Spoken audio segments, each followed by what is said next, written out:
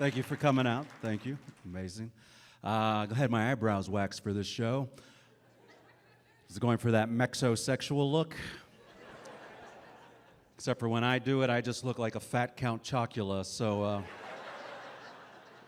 thank you. Somebody laughed a little too hard over here. I mean, I mean it to be funny, but the way you laughed, you almost hurt my feelings.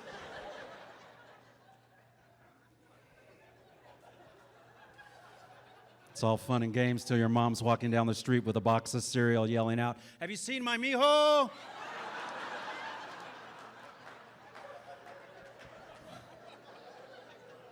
He tastes great with milk.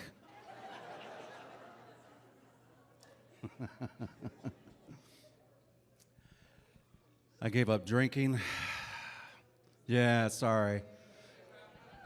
Turns out I make bad decisions when I drink. So now I smoke pot. And now I make no decisions.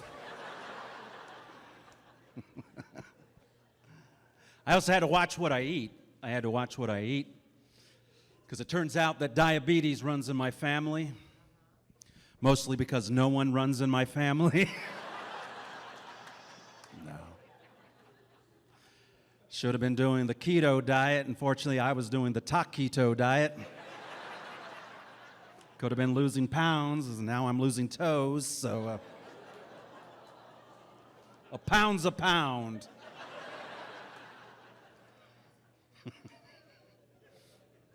But don't worry about it too much, because according to science, they say that physically larger guys, big guys like myself, according to science, larger guys last 3 minutes longer in the bedroom than skinny guys, like you, sir. I can tell by the hush over here that nobody believes that. I mean, 3 minutes, right? Doesn't sound like a lot of time, but if you ask the ladies will tell you different, right? 3 minutes, that can make the difference, right, ladies? 3 minutes, that can be the difference between you coming or him going, so. Because sometimes those fit dudes, you know, they get a little selfish when they're done emptying their gravy boat. You're like, keep digging, you son of a bitch. Mama's got to strike oil too, so. I mean, sure, you may be fit, bro. Maybe you can go all night. But according to science, I'm fat. I can go all night plus 3. So, plus 3 doesn't sound like a lot of time, but. Thank you. I'm not from San Antonio. No, don't worry about it. I live here now, so it's okay. I don't know why you went, aw. I live here now, so this is my new home. I actually used to live in California. I lived in Northern California. Really? Get over it. Get over it, because there's a lot more of us coming. So.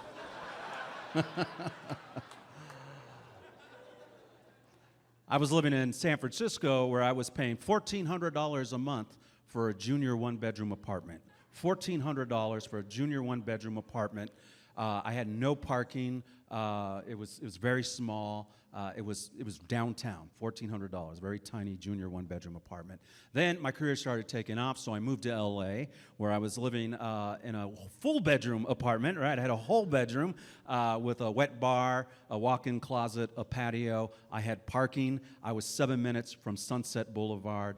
It was perfect, $1,400. Then, because my career was too hot, I came here to San Antonio to cool it off, and $1,400 got me an entire block on the west side, so, oh yeah. Paid for it with Lone Star cans, so, yeah. They gave me a bag back, so. Living the life. One of the things I found out about you folks here is y'all eat a lot of limes. I don't know if you know that about yourselves, but y'all eat, look at that, just a bucket of limes over there. Like, I thought when babies were born out here, their mothers would take a piece of lime, rub it around their nipple, grab their baby, and go, "Welcome to San Antonio, baby. There you go. Get some." Unless your mama really loved you, and they get, what's that stuff over there? That chamoy, the trechas, the lucas, the chili powder, right? Just slather all over those chichis. Grab your baby and go, who's mama's special little mijo? There you go. Chupa, chupa, chupale.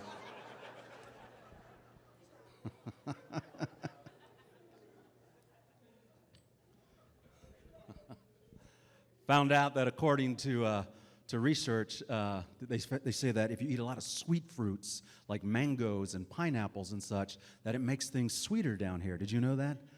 If you eat mangoes and pineapples, it makes things sweeter down here. Yeah. That's nice.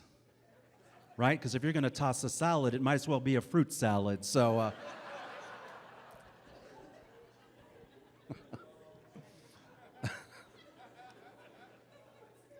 but then I started thinking about all you folks here in San Antonio with your limes.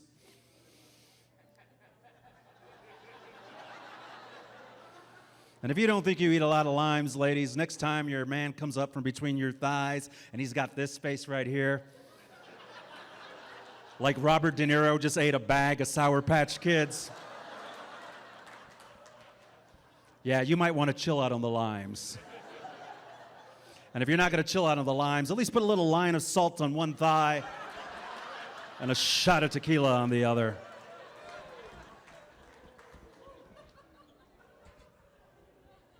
Thank you.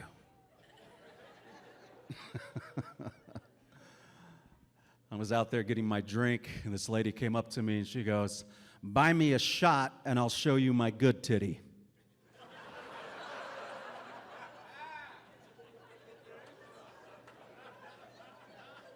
She didn't say titties. She said titty. Now I was intrigued. I was gonna be honest, I've seen my fair share of good titties. But I was willing to pay 2 shots to see that one shitty titty.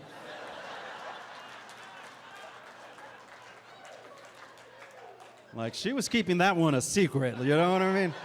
She did not want to talk about that one. Like, how shitty was that titty?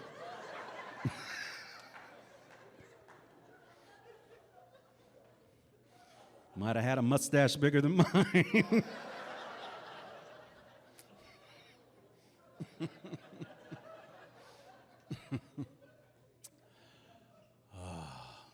I don't speak Spanish.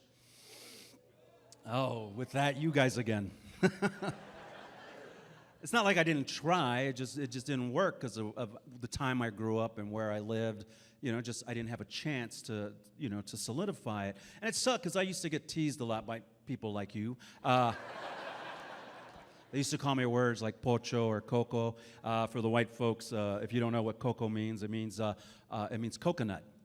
They were basically saying that I was brown on the outside, white on the inside.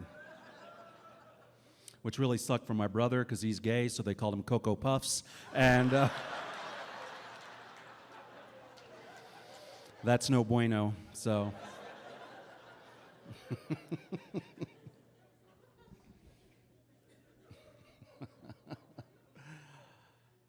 Being in Texas is different. It's a little different. I went hunting for the first time.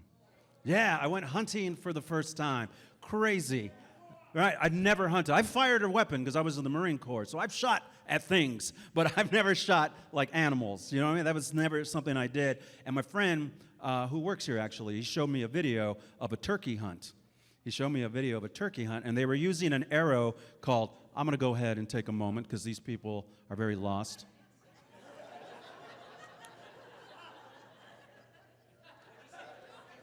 I don't know what I said because I couldn't hear myself over YouTube. I'm just playing with you. Welcome. Thank you for coming to the show. No, of course, I had to because normally white people don't show up this late. So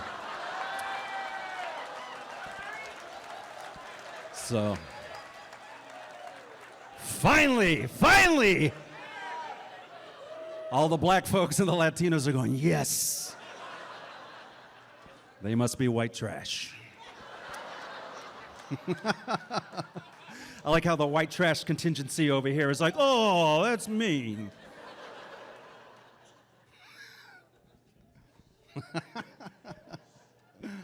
Well, we did. He showed me the video of this turkey hunt, and they use an arrow called the guillotine. Now, the guillotine, if you don't know what it is, it's an arrow that does exactly what it sounds like it would do. It rips the head off anything you shoot at. So he showed me the video, and in the video, there's two little turkeys hanging out in the field, chopping it up turkey style, right? It's like, gobble, gobble, gobble, gobble, gobble. How's your wife, gobble? Next thing you know it, the guy in the video releases the arrow, and it goes flying through the air, big blur. Next thing you know, the turkey's head flies off. And I just saw it, and I was like, oh my God, is that what we're going to do? He goes, yeah. I was like, dude, that is awful. That cannot be humane. He goes, dude, it is the most humane thing you can do. He says, because it hits the head in such a way that they don't even feel it. And I was like, okay, but you might want to tell that to his body because it's still running around. And he goes, no, that's just the nerve endings. That's just normal. I said, okay, I'll concede to that. But his little turkey buddy, that guy's losing his shit. So I don't know how turkeys used to walk, but if I was hanging out with my homie and I just saw him lose his head, I'd probably be walking around like this too. So you're not going to need that beer there, Bob.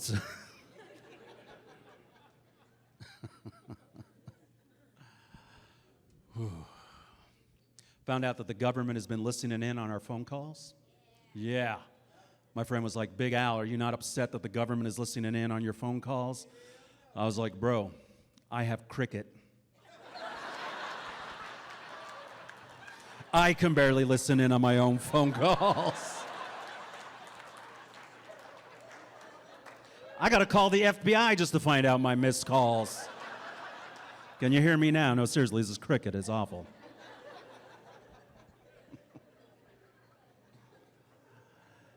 I was watching C-SPAN the other night because I was high and I thought it was a bad episode of Law and Order. If you don't know what C-SPAN is, it's a political channel where you can watch your politicians argue about laws and bills. And the night I was watching it, they were voting to get rid of the phrase act of terrorism and replace it with the phrase man-made disaster. Yeah, I was like, okay, Congress, I'll go with you on this. But let's be clear, San Antonio. If a man walks into a building and blows it up, we can all agree that that's an act of terrorism, right? Right. But if a man walks into a building and shits his pants, that's a man-made disaster. Oh, yeah. That'd be a whole different call to Homeland Security. What's that smell? The smell of terrorism. Now move on. Clean up at the Pentagon. You ever heard the expression, once you go black, you never go back? Yeah, apparently that doesn't work with presidents, so...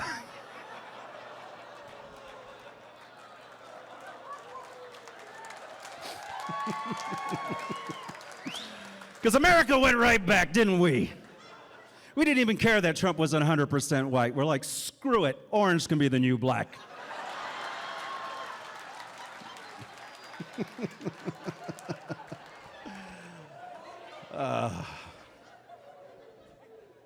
And I know people are upset. People are upset because they want diversity back in the White House. And I believe in America. I believe in America. I believe at some point in our future, we just may elect somebody from, I don't know, the LGBTQR SUV unit. Dun-dun.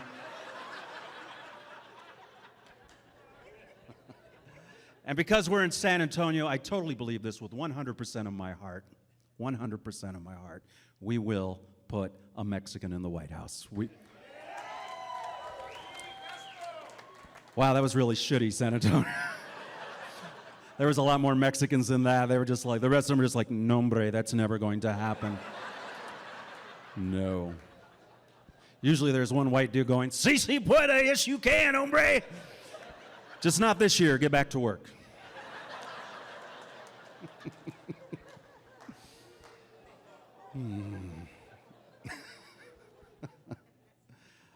Like Torino said, I was in the Marine Corps. I was in the Marine Corps 100 pounds ago, and I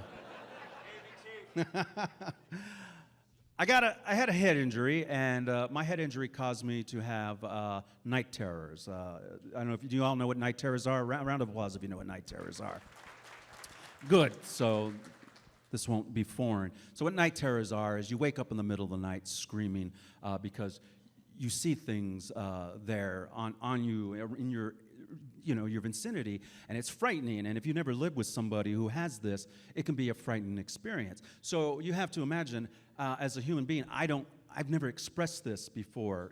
This is something that I've just come to terms sharing, and this was definitely something I never told roommates in the past. Right? That's just not something you throw out there. Hey, I like beer, pizza, and sometimes I scream in the middle of the night. So when I was in college, after I got out of the military, I had this one roommate, and we lived together. And I remember I came home, I passed out on the couch, and in the middle of the night, I woke up to what I thought was something sitting on my chest that I didn't pay for, and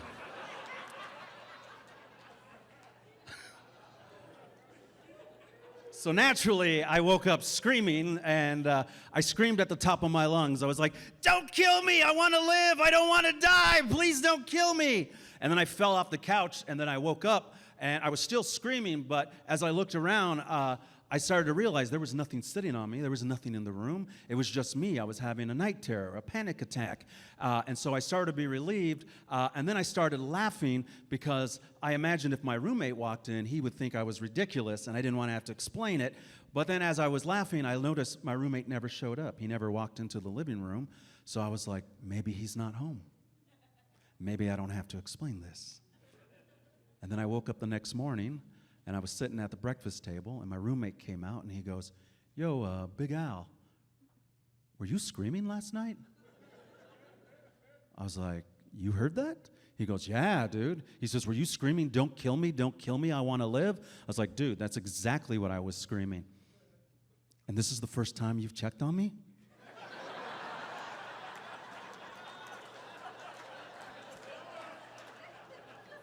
I mean, I'll be honest with you, it was the first time I ever lived with a white person, so I don't know, is that...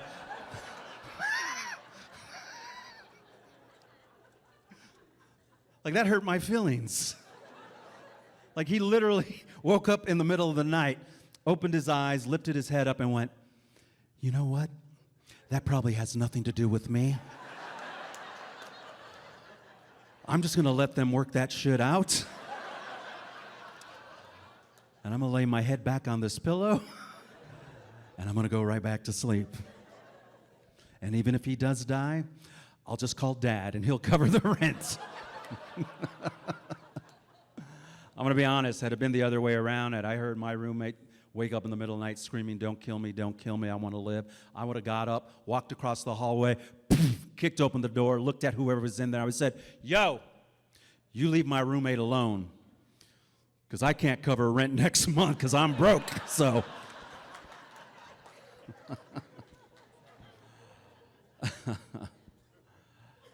Thank you.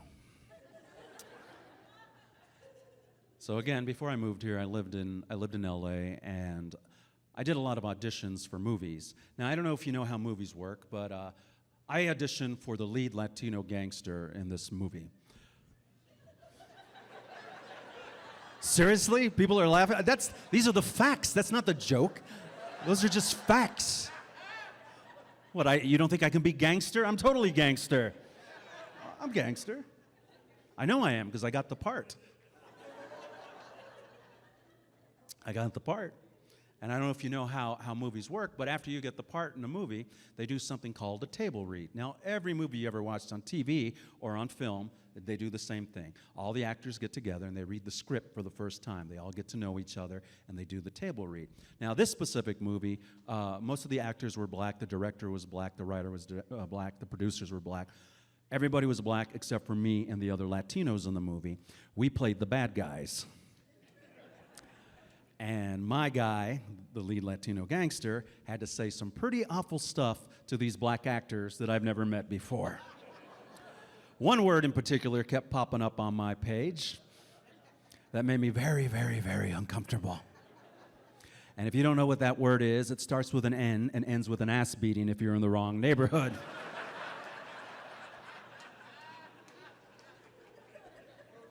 So naturally, I looked down at the page and looked around the room, and I was like, yeah, I don't think I can say this. The director's like, what's up? Why? We're paying you to say that. I'm like, yeah, I get it, but I just like to get everybody's permission first. Is that okay? Because I like to think I'm a good actor, and I was afraid I might have said it too well, and I had to get home, so. So just then, one of the actors stood up, and he looks over at me and he goes, yo, big man, nothing but respect. We appreciate it. The fact that you took the time to get our permission before you said this word, that means you understand the history and the hate behind it. And because of that, we just want to let you know, we give you permission, you can say it. I was like, word? They were like, yeah. I was like, no, like just today or all the time? Because I just kind of need to know the parameters here of the superpower that you just bestowed upon me. Never know when you can use it and come in handy, right? Thank you.